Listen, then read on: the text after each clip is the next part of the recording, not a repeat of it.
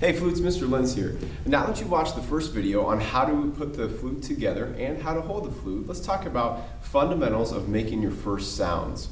So we're just going to take the head joint here, and the first thing to remember is that the head joint should go off to the right hand side. So find your right hand and make sure that the opening here is going off to the right hand side. That way you're on the right part of the mouth plate. Now, like we did in your instrument audition and in your first lesson, we put the flute right up to our bottom lip like this, and just below the bottom lip, and that's where the flute goes. And we make our first sounds by blowing over the top of the flute. Now, without the flute, it looks like this. You're gonna think very forward, relaxed, mushy, pouty lips. That's kind of the best thing for flute, is just forward, pouty lips. Like that, and you're going to blow right over the top there.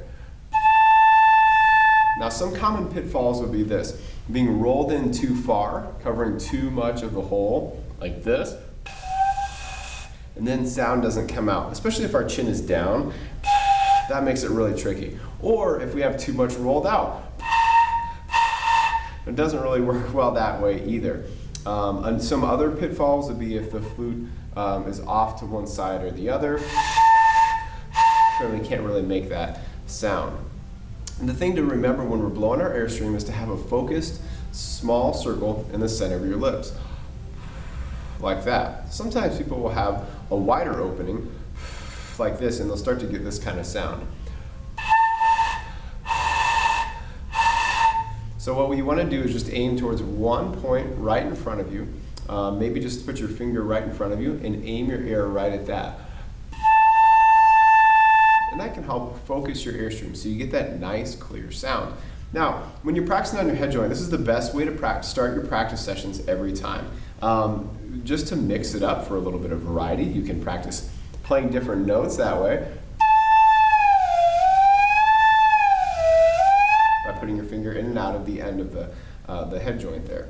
Some other ways you can practice would be getting the two different pitches on the head joint. So this pitch and this pitch, a high pitch, which might send your dog running. The other one, and probably the better one to practice, would be putting your hand over the end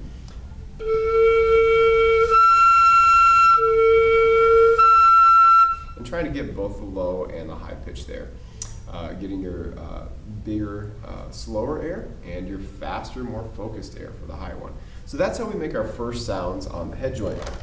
Now, when we go to practice in our lesson book, they give us all 5 notes right away. So it's important that we have a really good handle of how the head joint works, so that when we put it together, it feels pretty good. So we're going to hold the flute just like we talked about in the first video of how to hold and assemble the flute. And we're going to put it right up to our lip right here. And we're going to try our first note F together, and it should sound like this. So that's with your thumb, 1, 2, 3, and 1, press down. Your E flat, you get to smash a little more fingers down. You're going to put everything down except for your pinky and your first finger here. So it's 2, 3, 1, 2, 3, and pinky. And also that thumb key. And it's going to sound like this. And for your D, all you're going to do from E flat is just lift up that pinky right there. And it's going to sound like this. And for your C, this one's a big shift. It's the exact opposite of D. So notice in D that our first finger and our pinky are up, where you're going to have just those 2 fingers down and everything else is going to go up. This is where it's really important to have your hand position where it should be, because we don't have our thumb down for this. So that hand position is really important. And the C is going to sound like this. And finally, the B flat. So from C here, we go to B flat. We're going to put our thumb and our first finger down. So we have thumb, 1, and 1 down here. And it's going to sound like this.